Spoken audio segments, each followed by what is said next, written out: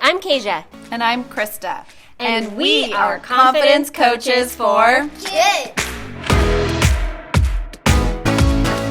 Hey guys, welcome back. It's Confidence Coaches for Kids. I'm Kasia. And I'm Krista. And we're joined by Ezinne today. Hey, Ezinne. Hey. All right, should I introduce her? Should we get started that way? I think you should. We're very excited to have you today, Ezinne, but I'm going to let Krista kind of talk about how we know you. How we know you, and then you can get us on track because you're so good at that. Mm-hmm. Okay, so Ezinne is an ex-student of ours, and I've known her since kindergarten. We were just chatting because I was pretty sure I was not her kindergarten teacher. I know I don't look that old, but I'm older than people think, and so it's hard for me to remember sometimes. But she had Mrs. Nelson, but we were all in the same area or same classroom space. And then I also had the honor of being one of her sixth grade teachers. So we've known Ezinne for a while, but here's the really cool thing is that she comes back to visit regularly when she can, when she's in town. And she has been a huge supporter and collaborator with Confidence Coaches for Kids, which we can't thank you enough for that because we so value your support and your opinions and thoughts. Well, I think, Ezinne, you were on one of our previous videos where we asked you to give advice to your formal middle school self. Do you remember that? Mm-hmm. Yeah. And so my relationship, I really got to know Ezinne when you were in sixth grade.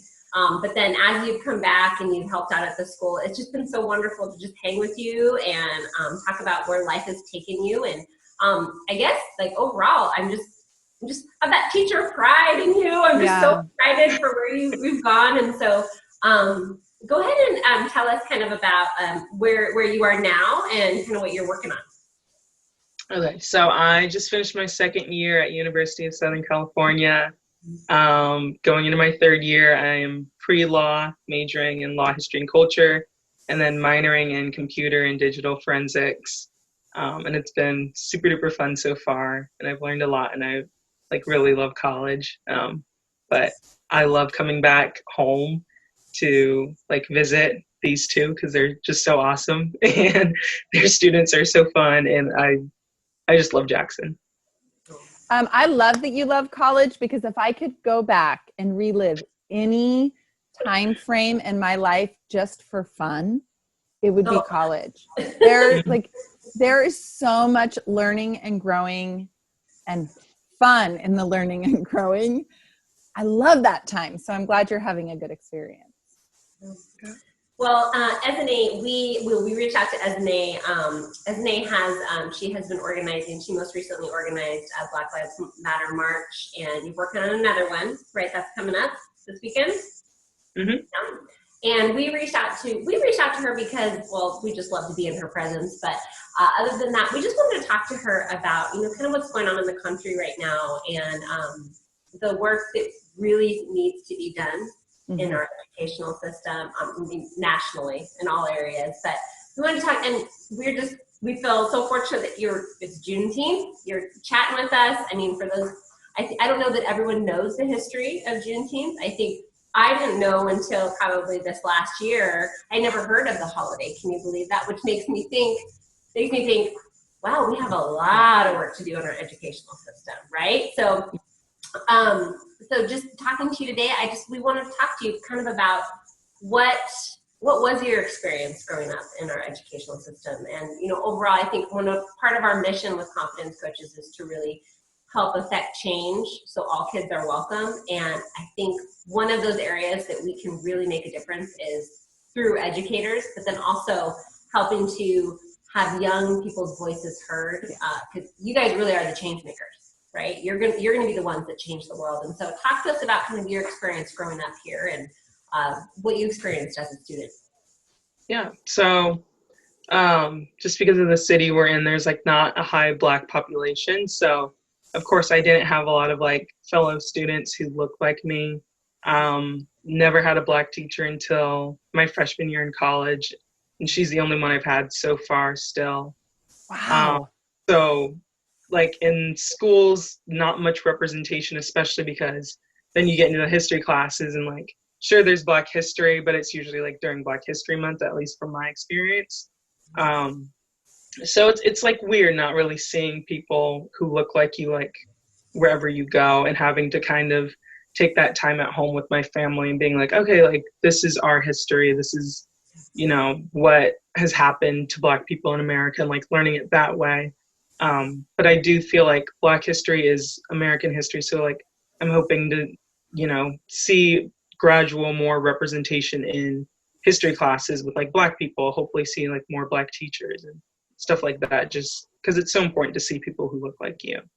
Yeah. Oh, absolutely. I think representation, you know, I think especially when you're young and you're trying to figure things out and who are you and trying to come up with like, who am I, what's my identity, I think there's some comfort in being able to see people around you that look like you, right? And I don't know if you obviously know, since you've had one Black teacher now and you're in college, the representation, I mean, minority teachers are few between, right? I mean, it's majority, I think it's like 91, 92, I think, percent white in our K-12 system, right? And but you would say that, not just that, but then learning, well, I think you said it perfectly, right? American history is Black history, right? And so, but you know, what you didn't talk about was the fact that a lot of it is just totally overlooked, right? Yeah. And trying to be truthful in that history, I think, is something that we as educators talk about, right? And some are uncomfortable with. Would you agree? Yeah. So Esme, let's talk about that for a second. Because I do think a lot of educators are uncomfortable. And if I'm, let me just speak for myself. I don't feel uncomfortable talking about Black history. I feel uncomfortable because I am not Black. So what would you want, or how would you want a teacher to present information? Or instead of it just being Black History Month, if, you know, we think about it like year round, different units of study, like we don't need, like Martin Luther King is awesome, but not all Black History Month projects need to be on Martin Luther King, right? Like Martin Luther King, Rosa Parks, and Ruby Bridges, like right. It's like, let's branch like, out.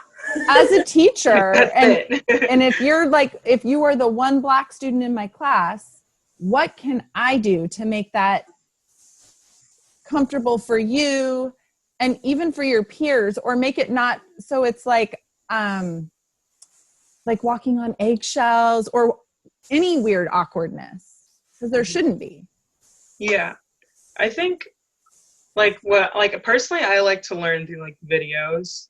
Mm-hmm. So like, I feel like that could be a good way for white educators to talk about or like show kids Black history is like from experts in Black history themselves. Right. That's good. So like lately I've been finding like a lot of YouTube videos and like sending them to friends and stuff like that. And they're like, wow, like I never knew about like this event or like that event.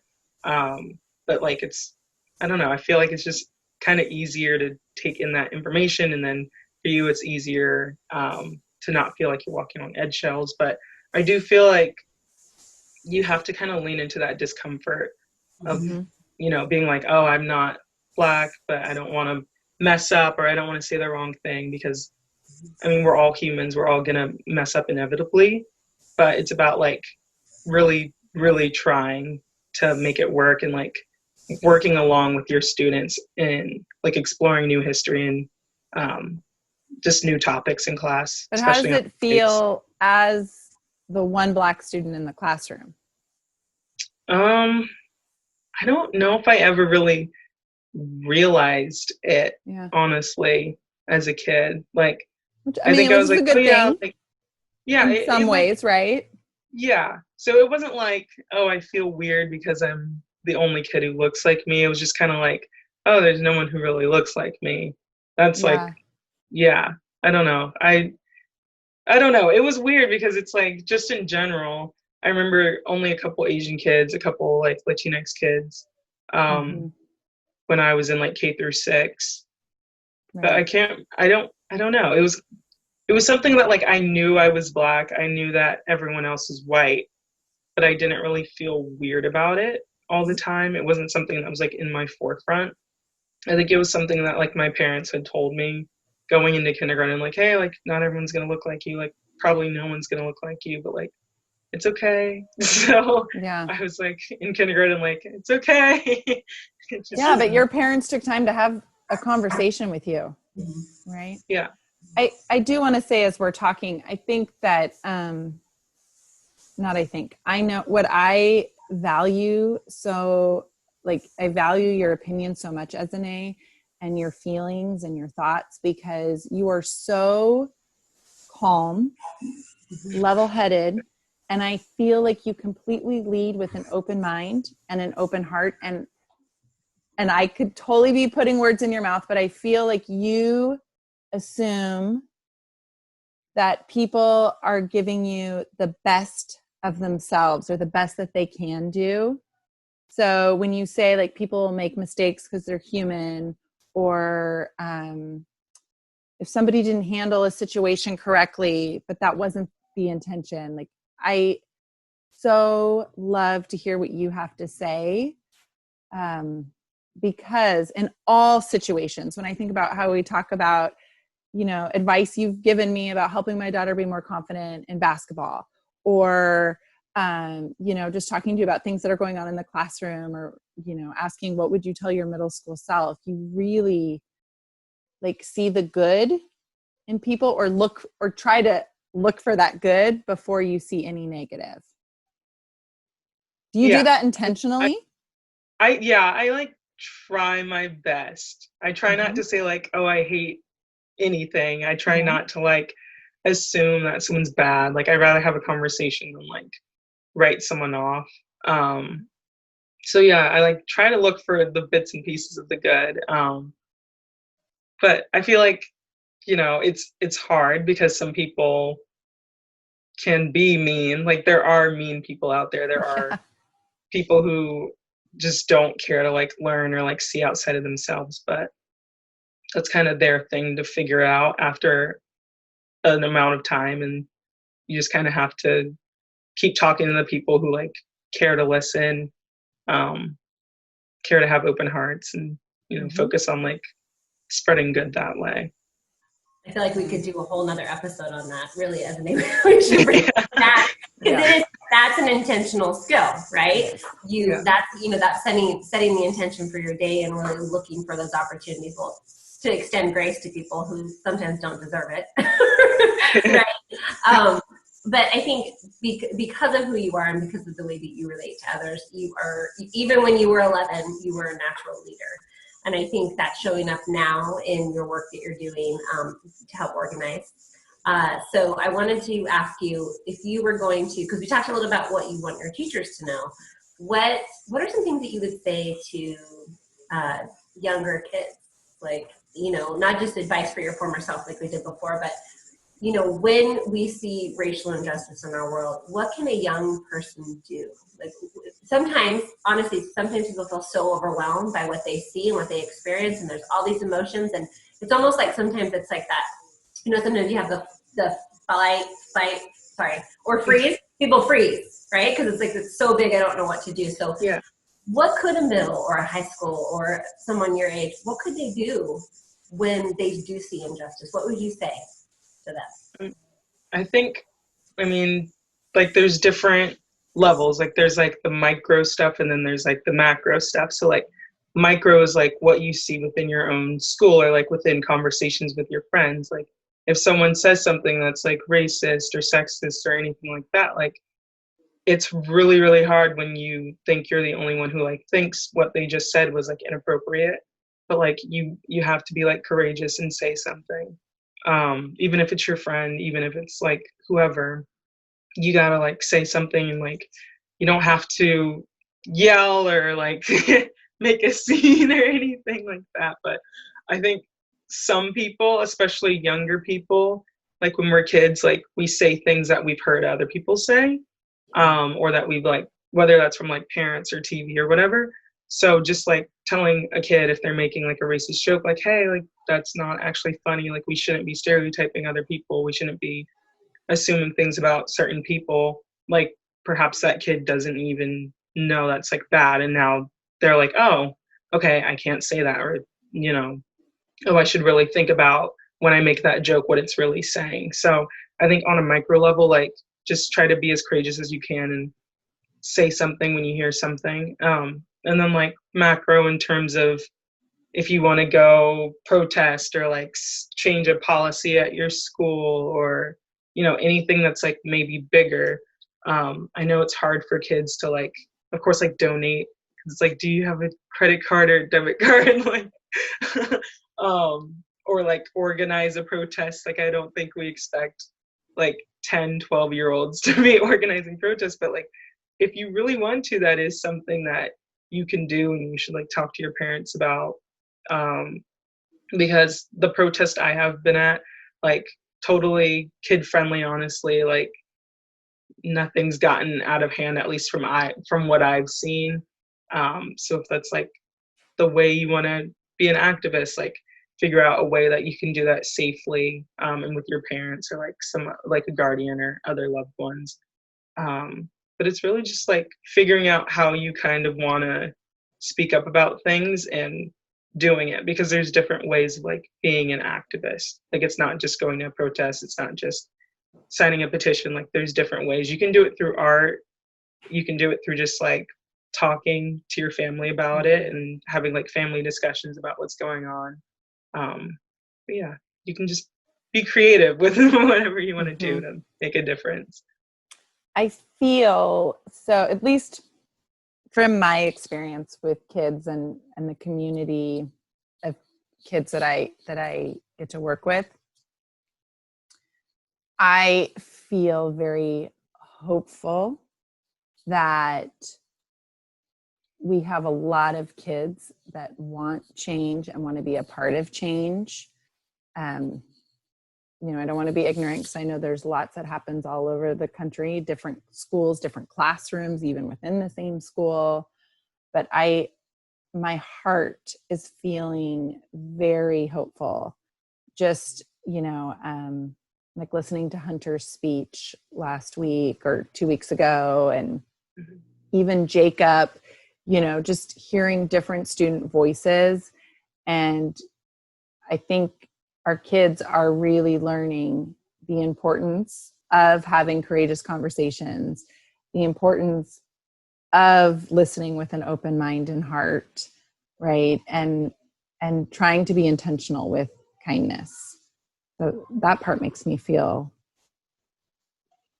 hopeful. I've said that a lot of times, hopeful. Sorry, too many hopefuls, guys. But yes, I do. Well, and I think as Nate, you give us hope, right? Because we were privileged enough to know you as a little kid, right? And now we were fortunate to know you as you've grown into this young woman, and you know you really are attempting to change the world. And it just tell us how you're organizing. Like how this might sound silly, but like how do you know? How did you organize? You know, the march from the Harefield to the Hillsborough Civic Center, and how did you get yourself into that position? Like, how did you know who and what to reach out to and where to reach out? Yeah. So before the march that we had last weekend, there was a rally at the Civic Center. And then like I had gone to that with some of my friends. And then we also saw a lot of like other Glencoe alum that like showed up as well. So we all kind of like talked afterwards. And then we like, you know, like I kind of solidified that as like, oh, these are the people who are kind of active that I already know. So we just started talking about, you know, do we want to plan another event, and just kind of went from there. And then once you've got like your first core group, then it's like, even if it's like 10, 15 people, it's really easy to get the word out, because it's like, okay, I tell these 15 people, then they tell 15 people, and it just kind of snowballs. And then also just with like social media, we just like made a Facebook page, and we invited like people we thought would be interested, and then they invited people who thought they would be interested, and it's like snowball from there as well. And then just posting like flyers on social media, and then we started realizing other people who we didn't even know were posting the flyers, and we're like, yes, it's spread. So it's really just, you know, like how it can be bad when you say a rumor to just even one person and it kind of trickles down. Like good things can come from telling just one person as well. Gosh, we are so proud of you. We're so proud of you. It's like little mama birds, just like, look at her. Look at you. Listen to you. So proud. Well, we like Krista said, we're so proud of you as an A, and you know, thank you. We know that these are big questions, right, and heavy topics, and it takes a lot of vulnerability, right, to discuss kind of how we feel and the change that needs to happen. And so we just appreciate you being open to talking with us today. And of course, like we said before we started filming, you know, we know you don't speak, like you don't have all the answers for everything, right? And so we just appreciate you sharing your perspective today. And hopefully we can, like Krista said, we're hopeful for the younger generation. I'm hopeful for teachers. I really am. Yeah. I have seen more, like on social media, I have seen more teachers reaching out like, I have to do better. What am I doing? This is my responsibility. And so I'm hopeful for education too. So thank you for giving me. Oh my gosh.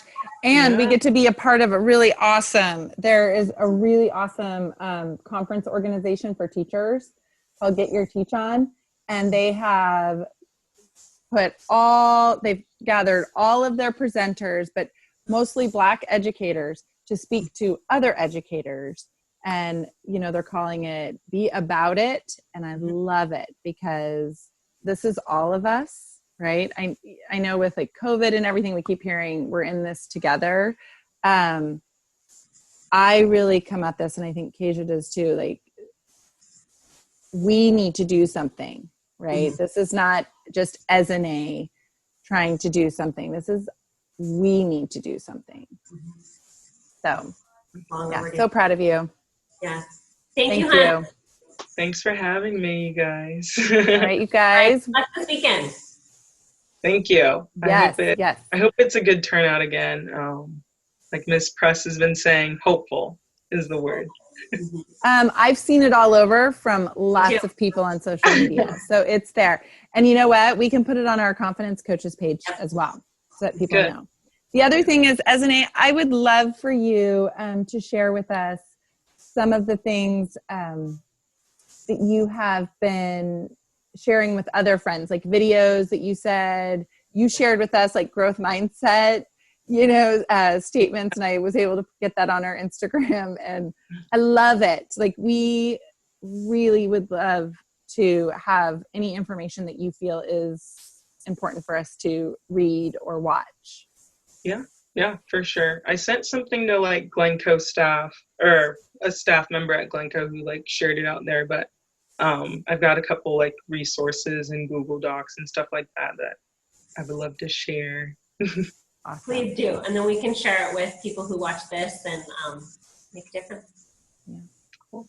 Awesome. All right, this may be our longest episode yet, but yes, but the best. So, Esne, thank you for your time, and everybody have a great week.